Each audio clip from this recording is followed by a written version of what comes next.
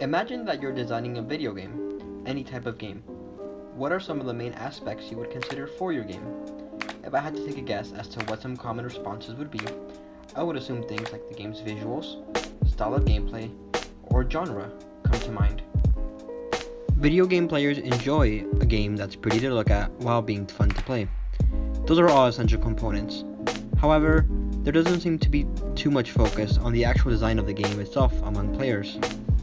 I don't just mean the design of the environments or the characters, although those can certainly be factors, but rather the overall design of elements in the game coming together to make one complete experience. In other words, how does the game communicate to its players? How does it communicate its controls, the intended course of action in a given situation, or how to arrive to the subsequent destination to its players? As a human factors student, I've learned to be more cognizant towards the design of objects in general, whether it be a spoon or a powerful computer. My attention to detail in design has also been applied to video games, which I often play in my spare time.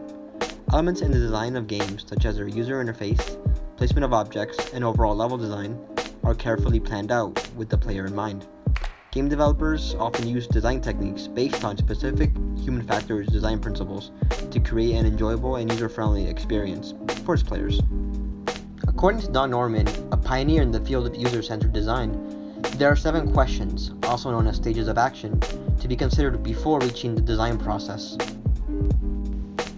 What do I want to accomplish? What are the alternative action sequences? What action can I do now? How do I do it? What happened? What does it mean? Is this okay? Have I accomplished my goal? The design of the video game should be able to convey the information necessary for users to answer these questions with ease and in an enjoyable manner. Feed forward is the information that the game conveys that allows players to answer these questions. Feedback is the information as a result of an action taken by the player. Norman states that feed forward and feedback are necessary features in design to communicate to the user what action should be taken and what will happen as a result of that action. Information must match human needs. According to Norman, there are 7 principles that a design must have in order to convey feedback and feed forward from the stages of action. Discoverability, determining the actions possible and the state of the system. Feedback, determining information about the result of the action taken and of the state of the system. Conceptual model, a simplified explanation of how something works, such as using a floppy disk icon for a save function. Affordances, the properties of an object or system that communicate what can be done with that property, such as a door handle prompting the user to push or pull it. Signifiers, how affordances communicate what action to take, such as a sign that says push or pull on a door. Mappings, the relationship between controls and their actions based on the control's spatial layout and temporal contiguity. Constraints, properties of the objects that prevent certain actions, such as a safety on a gun. Super Metroid, one of my favorite video games, excellently incorporates these principles in various aspects of its design. Developed by Nintendo and released in 1994 for the Super Nintendo Entertainment System, Super Metroid is the 3rd installment in the Metroid franchise. The goal of the game is to explore a large extraterrestrial world while shooting at hostile aliens. That may seem like a simple premise, but Nintendo has constructed the game in a way that makes this goal simpler and more accessible to players through its design. I'm going to take Super Metroid through all 7 design principles to show how the game's developers have applied each one to its design. To say that Super Metroid does discoverability well is the understatement of the century. A large portion of the game involves the player exploring through its sci-fi environment, uncovering hidden items, upgrades to the player's inventory, and pathways to get from one location to the next. I'm going to list a few examples of the game's discoverability, as this principle is largely utilized throughout the game's design. One of the abilities the player has is to turn themselves into a ball. What purpose could this possibly serve? As seen in this clip, the player approaches a small pathway in which the game's avatar, named Samus, is too tall to fit in. With the knowledge of the ability to turn into a ball, the player is able to determine that the best course of action to take is to turn themselves into a ball to fit in the small pathway, thereby reaching the next area. Throughout Super Metroid, the player shoots doors to open them and reach the next area. Most doors are blue and can be opened with a single shot. However, there are doors of different colors that cannot be opened using this method, as the player quickly learns when approaching the first red door. With no way to currently open the red door, the player cannot go anywhere and can only explore. Through exploring, the player acquires a new weapon, the missile. The player has an alternative method of shooting the door now by using the missile. After shooting the red door with a few missiles, it opens.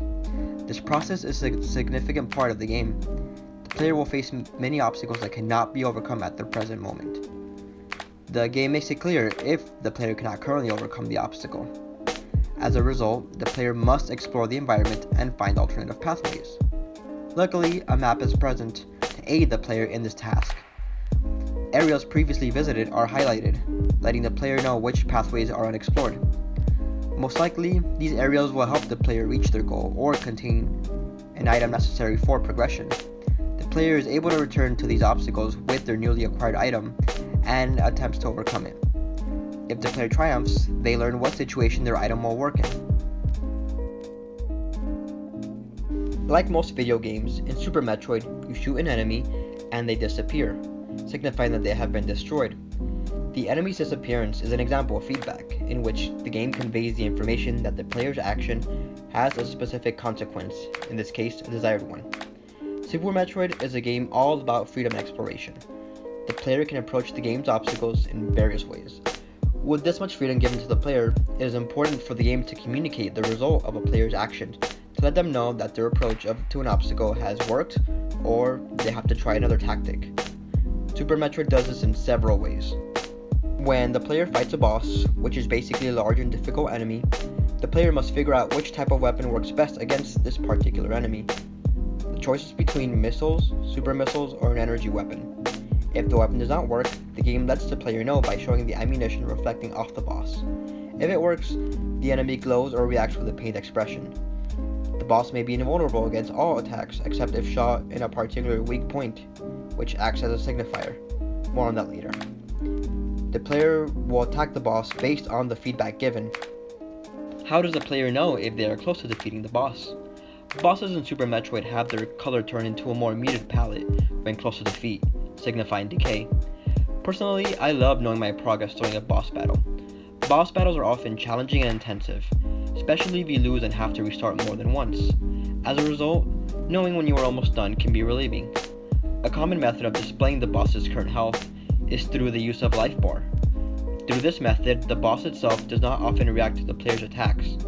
However, seeing the feedback conveyed by the boss itself is more immersive, and feels as if the enemies are alive, responding to your actions. Feedback is not only given when the player attacks an enemy, but also when the player is attacked. When an enemy attacks, Samus glows and jumps back, while the health bar drops. I'd like to call attention to Super Metroid user interface. The use of numbers to indicate health is a more precise method of letting the players know their current state than the typical health bar most video games use. Most health bars force the player to estimate their proximity towards a loss as it decreases. Knowing the exact amount of health a player has can aid in strategic thinking and decision making when facing an obstacle, allowing the player to perform a mini cost-benefit analysis on a specific strategy. Will this approach to the obstacle result in an amount of damage that is not fatal to the player, while yielding a great reward? Or will the player suffer a loss from said approach? Super Metroid gives players enough feedback for them to plan out their own strategies, where freedom and decision making are highly encouraged. Super Metroid's design and gameplay as a whole are based on the user's conceptual models of action shooting games, platforming games, and previous Metroid games, while adding new features to the experience. For players who have played the first Metroid game, this part will look familiar. In the first Metroid, titled Just That, the player is placed in this exact location and attempts to go right, but is unable to due to hitting a dead end. The developers had actually subverted players' expectations, as most games at the time afforded the player to head right to proceed.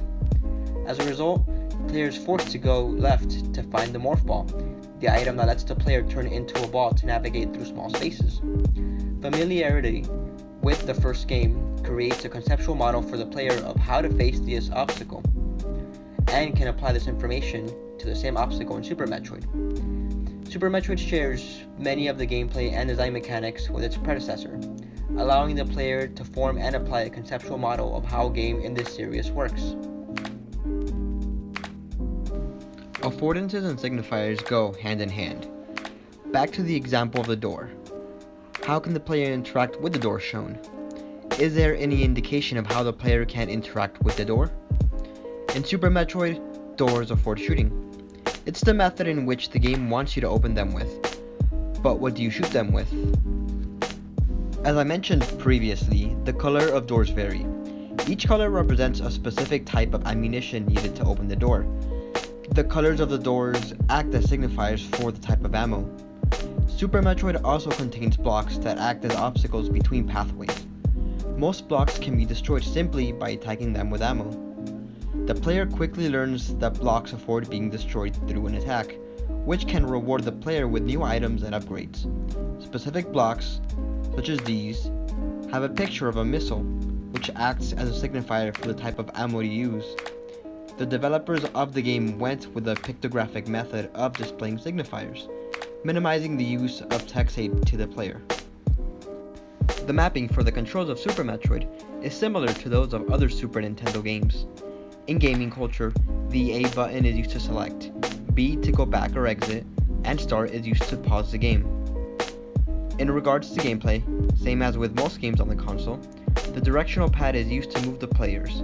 The letter buttons are used to perform the main actions. Metroid and Super Metroid have a very similar control scheme, applying to the player's conceptual model on the controls mapping. A is to jump, which was a common mapping in video games. Up was to aim the player's weapon up, down was to transform into the ball, and select was used to switch between weapons. The way Samus reacted to players' input was very similar between both games. However, the Super Nintendo introduced a new controller with a lot more buttons. Instead of just A and B as main buttons, the controller added X and Y. L and R were added as bumpers on the top of each side as well. In Super Metroid, the player can now aim in 8 directions, including diagonally, instead of the previous 4, through the L and R button. The B button, which was used to shoot in Metroid, was now used to run in Super Metroid, with X serving as a shoot button. Not every game on the Super Nintendo took advantage of having 4 letter buttons, usually mapping differing functions to about 2 or 3. Super Metroid maps a function to every button available. That gives the player a wide array of actions mapped in a simple control, allowing more freedom in overcoming obstacles. As I keep mentioning in this video, Super Metroid's biggest selling point is the freedom it gives players to explore the environment. There is no linear pathway to the end of the game. Bosses can be fought in varying orders, unlike most games, which offers one sequence in which to fight bosses. However, Super Metroid does limit how far the player can go in a specific instance. The player can't just wander to the last boss from the beginning. They must acquire certain items to reach areas, as is the case with using different weapons on the colored doors. Samus as a character has limits, especially in the beginning, with only one weapon, short jump, and limited speed. The more upgrades the player acquires for Samus, the farther she can traverse through the game. Developers are quite loose with constraints. Take this clip for example. The ledge is a bit higher for the player to jump to, without acquiring the upgrade to jump higher. However, Samus is given the abilities to bounce off walls as she jumps, which the player can exploit to reach the ledge. This is not the intended pathway to reach the upcoming boss, but the developers have left it up to the player to decide. However, the player is most likely unprepared due to lacking certain upgrades and weapons that would make the boss fight easier. As a result, the player is faced with greater difficulty, which serves as a sort of flexible constraint. The game rewards players for taking the time to reach and acquire the necessary items to reach the ledge properly, to encourage exploration. The less exploration and item acquiring the player does, the harder the game will be. Super Metroid can deter players from charging through the game without taking the time to upgrade and develop Samus. Super Metroid's design principles conveyed more than enough information to satisfy each stage of action, with more than one response. Using the previous scenario, the player wants to arrive at the top of a ledge.